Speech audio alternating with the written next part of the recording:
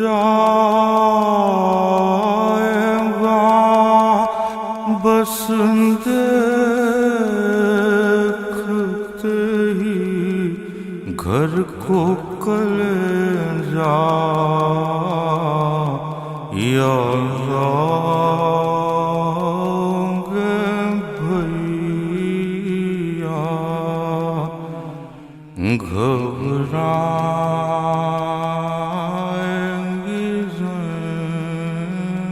سادات کے خیموں سے اٹھ رہا ہے دعا.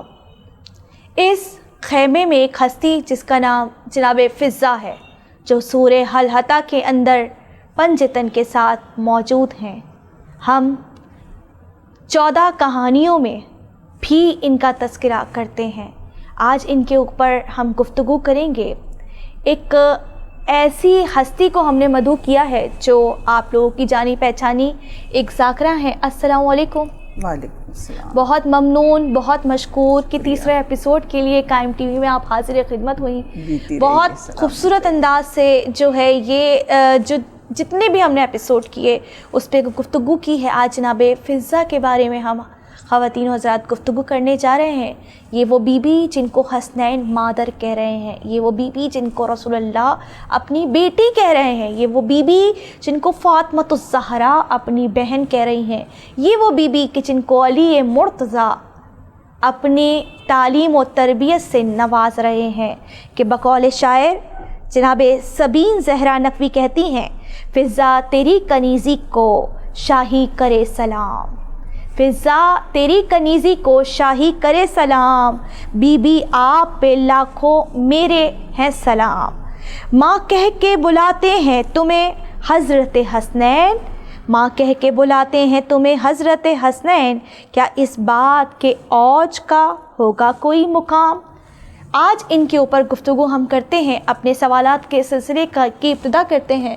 جی ذاکرہ صاحبہ یہ بتائیے کہ یہ بی بی بچپن سے نا جب ان کا تذکرہ مجالس میں آتا تھا تو میں بہت غور سے سنتی تھی. ہم نے سنا ہے کہ یہ مصر کی بادشاہ کی بیٹی تھیں، پھر کس طرح سے کنیزی میں آئیں، پھر کس طرح سے مولا متقیان نے اور جناب فاطمۃ الزہرا نے ان کی جو ہے نفس کی تربیت کی کہ یہ حسنین ان کو مادر پکار رہے ہیں.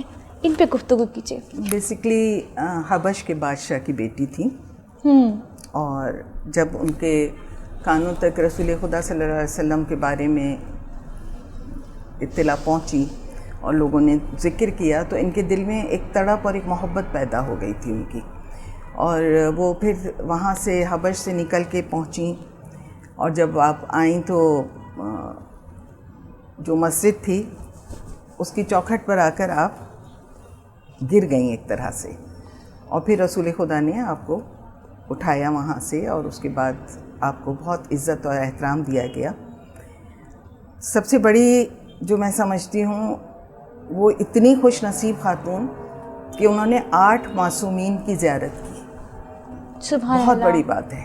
8 معصومین کی زیارت کرنا بہت خوش نصیب تھی. اور جو آپ کی تربیت تھی اور جو آپ کا زندگی کا انداز تھا اس میں آپ یہ دیکھیں کہ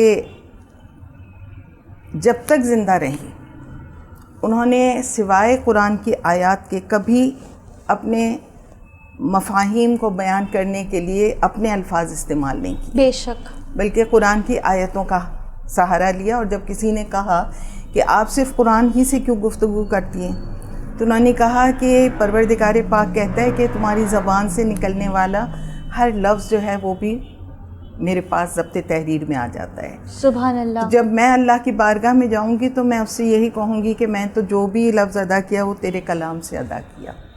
مطلب یہ ہے ان کا ایک مقام کہ آپ یہ سوچیں کہ اگر رسول خدا کی خدمت میں بیٹی دعوت کرتی ہے، وہ کھانے کا وہ کرتی ہے، تو ان کے بھی دل میں آرزو پیدا ہوتی ہے کہ میں بھی کچھ پیش کروں.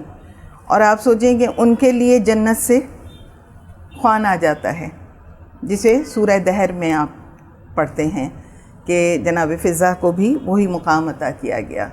پھر اس سے بھی بڑھ کر ایک چھوٹا سا واقعہ میں بتاؤں کہ قمبر آئے دروازے پر اور آ کر پوچھا قمبر نے کہ مولا علی اس وقت کہاں ہیں.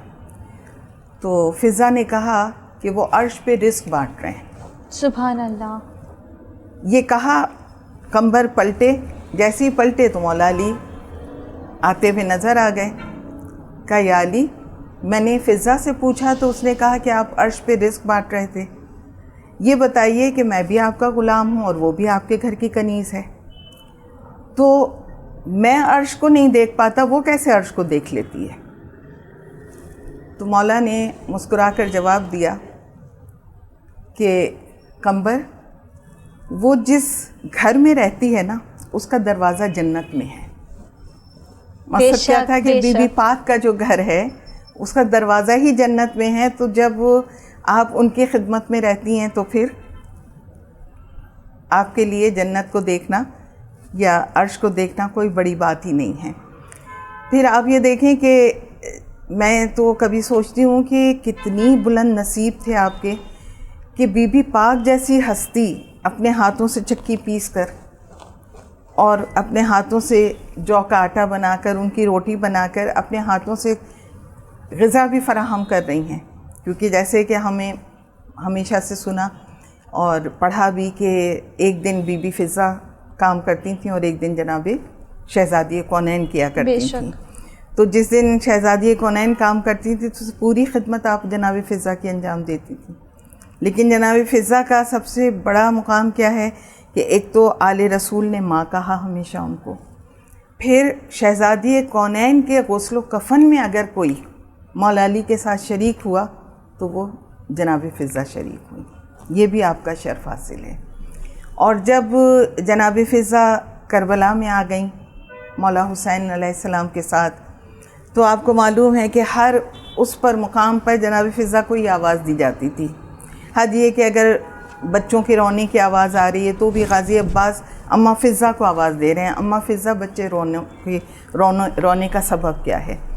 اور جب غازی عباس جاتے ہیں مقتل کی طرف تو بی بی فضا کا ایک بہت خوبصورت جملہ سنائی دیتا ہے بیویوں کو, کہ آواز دے کر کہتی ہیں بیویوں سے کہ آؤ خزادیوں, تم پوچھا کرتی تھی نا کہ بابا جب جاتے تھے میدان جنگ میں تو آپ کا انداز کیا ہوتا تھا, آج علی کا انداز دیکھنا ہے تو آؤ دیکھو آج ثانی علی جا رہا ہے.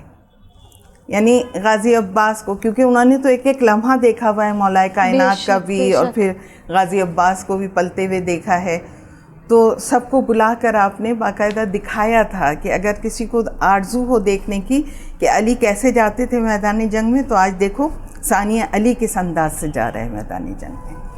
اور پھر اس کے بعد یعنی جو مصائب آل رسول کو پر پڑے وہ سارے مصائب بی بی فضا کے اوپر بھی پڑے, آپ کی بھی ردا چھنی, آپ کا بھی زیور چھنا, سارے مصائب آپ کو بھی اسی طرح سے رسن وسطہ کیا گیا, اور آپ ہر منزل سے احسن طریقے سے گزرتی رہیں, یہاں تک کہ جب آپ شام پہنچی ہیں اور بی بی پاک کے آگے سے لوگوں کو ہٹانے کی کوشش کی گئی کہ علی کی بیٹی کا چہرہ کھل کر سامنے آ جائے اور یزید نجس کی نگاہیں بی بی پاک کے چہرے کی طرف اٹھیں, تو یہی جناب فضا تھی کہ جو حائل ہو گئی تھی بیچ میں. اور جب جناب فضا حائل ہوئیں تو آپ کو پتہ ہے کہ ان کو ہٹانے کے لیے نیزہ برداروں کو حکم دیا گیا, تو اس وقت آپ نے حبشی غلاموں کو مخاطب کر کے کہا کہ تمہاری غیرتوں کو کیا ہو گیا ہے کہ تمہاری قوم کی ایک عورت کو نامحرم آ کر ہٹانا چاہ رہے ہیں اور تم تماشا دیکھ رہے ہو. یہ وہ وقت تھا کہ جو جناب زینب کے دل پہ ایک بہت شدید صدمہ گزرا تھا کہ جب حبشی غلام آ گئے اپنی تلواریں لے کر, تو اس وقت بی بی زینب نے بڑی حسرت کے ساتھ کہا تھا, عباس آج فضا کے اتنے حمایتی موجود ہیں لیکن علی کی بیٹی کا کوئی حمایتی موجود نہیں ہے. اور پھر جناب فضا جو ہیں وہ واقعہ کربلا کے بعد 35 ایئرز زندہ رہی ہیں. کتابوں میں ہے کہ جس دن امام زین العابدین علیہ السلام مدینے میں آپ رخصت ہوئے دنیا سے, اسی دن جناب فضا جو ہیں وہ اس دنیا سے رخصت ہوئی ہیں. تو امام بھی 35 سال حیات رہے, جناب فضا بھی 35 سال حیات رہیں, اور یہ 35 سال جو ہیں انہوں نے صرف اور صرف عزائے حسین, اور عزائے حسین میں جس طرح بی بی زینب کا کردار ہمیں نظر آتا ہے کہ آپ قریہ قریہ جا کر واقعات کربلا کو بیان کرتی تھیں, اسی طرح سے جناب فضا بھی جگہ جگہ جا کر واقعات کربلا کو بیان کیا کرتی تھیں. یعنی ایک طرح سے اگر ہم دیکھیں تو ذاکری کی ابتدا جو ہے بی بی زینب نے کی ہے, اور پھر اس کو آگے بڑھانے میں جناب فضہ کا ایک کردار ہے. جس طرح شہزادی کو ہم دیکھتے ہیں کہ آپ ڈھارس تھیں, ڈھال تھیں سب کے لیے, اسی طرح بی بی فضہ جو ہے بی بی زینب کے لیے ڈھارس تھیں, کیونکہ شہزادی جناب زینب کبریٰ کو جو سب سے بڑا سہارا تھا وہ بی بی فضہ کا سہارا تھا وہاں پر.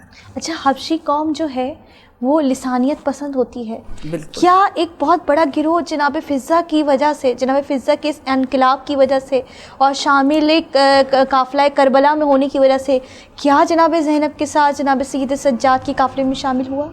بالکل بالکل. اس لیے کہ آپ دیکھیں جناب جون جو تھے وہ بھی قوم حبش سے تعلق رکھتے تھے, برگزیدہ تھے, بہت بڑی عمر تھی, لیکن وہ بھی انہی کے قافلے اس سے تعلق رکھتے تھے. پھر وہاب ابن کلبی جو کہ تھا تو کرسچن, مگر وہ بھی حبشی تھا بیسکلی. تو بہت سے آپ کو شہداء نظر آئیں گے کہ جہاں پر آپ کو پتہ چلتا ہے امام کا عدل, کہ جب امام نے جون کو منع کیا تھا کہ آپ نہ جائیں مقتل میں, تو انہوں نے تڑپ کر ایک جملہ کہا تھا کہ مولا اس لیے کہ آپ کی رگوں میں جو خون ہے اس میں اور میری رگوں میں جو خون ہے اس میں فرق ہے. تو امام حسین نے تڑپ کو اپنے سینے سے لگایا, کہا جون ایسا نہ کہو, یہ سبب نہیں ہے, تمہاری ضعیفی کی وجہ سے ہم تمہیں روک رہے ہیں. تو کربلا میں آپ کو ایک ایک چیز کی جو ہے نا, جس کو کہتے ہیں کہ اگر سمجھ لیں کربلا کو, تو اخلاقیات بھی منزل کمال پر نظر آتی ہے آپ کو کردار بھی منزل کمال پر نظر آتا ہے, آپ کو انداز گفتگو بھی جو ہے وہ منزل کمال پر نظر آتا ہے. کہ جہاں ہمیں مولا تربیت دے رہے ہیں کہ دیکھو ذات پات, اونچ نیچ, رنگ نسل, یہ کوئی چیز بھی اہمیت نہیں رکھتی ہے. بنیادی اہمیت ہے کہ آپ کے دل میں کتنی ولا ہے. سبحان اللہ. جتنی آپ کے دل میں ولائے محمد و آل محمد ہوگی اتنا آپ کے درجات بلند ہو جاتے ہیں. جناب فضہ کا درجہ اسی لیے بلند ہوا کہ ولائے محمد و آل محمد. جناب قمبر کا مقام اسی لیے بلند ہے, ولائے محمد و آل محمد. یعنی کہ ہم دیکھ سکتے ہیں ہمارے مذہب میں اگر آپ کسی متقی یا کسی کی بلندی کا پیرامیٹر دیکھنا ہو تو ولایت کے اس پہ معیار پہ دیکھا جائے. اچھا, میں یہ سمجھتی ہوں, میرے اس جملے سے شاید لوگوں کو بھی جو ہے وہ پیغام پہنچ جائے, نہیں تو میں غلط ہوں, ریکٹیفائی کیجیے گا, کہ آج نائجیریا میں, ساؤتھ افریقہ میں, یا وہ تمام تر علاقے کے جہاں ہم دیکھتے ہیں کہ حبشی پائے جاتے ہیں, آج نام حسین پہ قتل ہونے کے لیے لوگ آمادہ ہیں. تو یہ جناب فضہ کے توسل سے ہے یا سید سجاد نے جو حبشی غلاموں کو جو ہے خرید کے تربیت کی ان کی وجہ سے, یا دونوں کا مرکب ہے؟ دیکھیں دونوں ہی چیزیں شامل ہیں, اس لیے کہ جناب فضہ کا جو کردار آتا ہے ان کے قوم کے سامنے وہ بھی ان کے لیے ایک باعث فخر. اور پھر مولا تو منصب پورے سال خریدتے تھے جا کر, اور اس کے بعد پھر ان کو رمضان میں آزاد کر دیتے تھے, اور ہمیشہ یہ کہتے تھے کہ جس طرح میں نے تمہیں آزاد کیا تم بھی میرے لیے اللہ سے دعا کرو کہ وہ مجھے گناہوں سے آزاد کر دے. اب آپ سوچیں کیا امام گناہ کر سکتا ہے؟ نہیں کر سکتے. یہ تربیت بیسکلی ہم لوگوں کے لیے. اور جہاں تک بلیک پیپلز کا تعلق ہے تو الحمدللہ کہ میں بذات خود گئی ہوں, کیونکہ ایسٹ افریقہ کی مجالس پڑھی میں نے, تو وہاں پہ کاروان بلال کے نام سے اور بلال مشن کے نام سے یہ لوگ ہیں. آپ ان کے عقیدوں کو اگر دیکھیں تو آپ کو حیرت ہوگی, نو ڈاؤٹ, کہ کتنی یعنی محبت اور خلوص کے ساتھ, جبکہ نہ ان کی وہ زبان ہوتی ہے نہ ان کا یعنی پیدائشی وہ عقیدے ہوتے ہیں. موسٹلی کرسچینٹی ہے وہاں پر, مگر مسلمان بہت کم ہیں, کرسچن زیادہ ہیں بنسبت مسلمانوں کے. مگر آپ کو جب کربلا کا منظر سامنے آتا ہے تو ہمیں پھر اتنے جوش و خروش سے عزاداری کرتے ہوئے یہ لوگ نظر آتے ہیں, اور اسی طرح پرسہ دیتے ہوئے نظر آتے ہیں. ان کا جو مشہور ایک نوحہ ہے جس کو ہمارے ہاں ندیم رضا سرور نے ایک طرح سے پڑھا, کلو یوم عاشورہ کلو ارزن کربلا, اس کا بھی جو شاعر ہے وہ بھی ایک کالا ہے, حبشی غلام, حبشی ہی ہے ایسٹ افریقہ کا. اچھا, if we say that they are not Muslim, but although they are not Muslim, مگر ایک true believer ہیں حسین ابن علی کے. true believer ہیں, اور پھر جو کنورٹ ہو گئے ہیں وہ تو بے انتہا پکے شیعہ, بہت زیادہ. اچھا ایک آخری سوال لوں گی. ہم نے سنا ہے کہ مولا متقیہ نے وہ فارمولا دیا کہ ایک عام ایلیمنٹ کو کس طرح چاندی میں کنورٹ کر سکتی ہیں جناب فضہ. یہ سیکھا انہوں نے, یہ آپ بتائیے گا کس طرح سیکھا, اور جب سیکھ لیا تو ان کے گھر میں رہنے کے بعد جس طرح جناب زینب کو پتہ تھا کہ بعد میں بعد علی ابن ابی طالب اور حسین ابن علی جناب فضہ سے چادریں چھین لی جائیں گی اور قید و بند میں رہ کر جناب زینب قیدی بن کے سامنے جائیں گی, تو جناب فضہ کو بھی پتہ تھا, اور اگر پتہ تھا تو جب کہ فارمولا پتہ تھا ان کو تو وہ الگ بھی ہو سکتی تھی, لیکن انہوں نے اپنے آپ کو سیکریفائی کیا اہل بیت کے ساتھ. حسنین کی ماں نہ ہوتے ہوئے اتنی بڑی قربانی کیسے دی, کس طرح, پہلے تو بتائیے یہ فارمولا کیسے مل گیا؟ ظاہری سی بات ہے کہ مولا کائنات تو ہم جب کہتے ہیں نا حکیم, تو وہ حکمت والا حکیم نہیں, حکیم کہتے ہی اس کو ہیں کہ جو یہ جانتا ہو کہ کوئی شے کیوں پیدا کی گئی ہے, یعنی اس کی حقیقت کو جانتا ہو ہر شے کی. تو مولا کائنات سے بڑھ کر کون کہہ سکتا ہے کہ جی ہم حقیقت کو جانتے ہیں. ظاہر سی بات ہے مدینۃ العلم تو ختم مرتبہ صلی اللہ علیہ وآلہ وسلم ہے, مگر اس کے بعد باب العلم تو میرا مولا ہے, تو مولا کے پاس تو سارا ہی علم تھا موجود. جو اشاروں سے سونے میں بدل دیں دیواروں کو, صرف اشارہ کریں بدل جائے, وہ اپنی حیت تبدیل کر لے, تو ان کے لیے تو فارمولا بتانا یا بنانا کوئی بڑی بات نہیں تھی. لیکن کیوں نہیں اپنی ذات کے لیے استعمال کیا, تو اس کے لیے اگر میں آپ کو ایک چھوٹی سی مثال دوں کہ جب خیبر کو فتح کیا مولا نے, تو خیبر میں کہتے ہیں کہ اتنا مال غنیمت تھا جو باقاعدہ کلہاڑیوں سے کاٹ کاٹ کر تقسیم کیا گیا تھا, یعنی سونا چاندی بھی اتنا تھا. اور کہتے ہیں کہ جتنے بھی شریک تھے جنگ میں, تو ان کو ایک ایک منقار یعنی اونٹ کی کھال بھر بھر کے مال غنیمت تقسیم کیا گیا تھا. تو ظاہر سے شہرت ہو گئی تھی, لوگ جو کہتے ہیں نا کہ جی فلاں نے اتنا مال لٹایا, فلاں نے اتنا مال لٹایا. ہم صرف یہ جانتے ہیں کہ جب خیبر سے مولا واپس آ رہے تھے تو مائیں کہہ رہی تھیں کہ علی تیرے بچے جئیں کہ آج ہمارے بچوں نے پیٹ بھر کے کھجوریں کھائیں. سبحان اللہ. تو جب مولا علی پہنچے ہیں وہاں پر, تو جناب فضہ نے ایک جملہ کہا, یا علی کیا مال غنیمت کے اونٹ اور خچر آ رہے ہیں, کیونکہ جب سب کو اتنا ملا ہے تو آپ تو فاتح خیبر ہیں, تو آپ کو تو سب سے زیادہ ملا ہوگا. تو مولا علی نے صرف ایک جملہ کہا تھا, فضہ سیدہ کے بابا کی نبوت کا صدقہ تھا جو امت کو تقسیم کر کے آ رہا.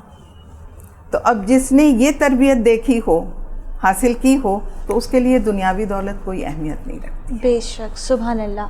بہت ممنون ہیں ہم, بہت خوبصورت طریقے سے جناب فضہ کے کردار پہ روشنی ڈالی. اور ناظرین, کس طرح سے آپ کو پتہ چلا کہ آج جو حبش میں جو لسانیت پسند ہیں وہ قوم کس طریقے سے آج نام حسین لے رہی ہے, کس کا تصدق ہے.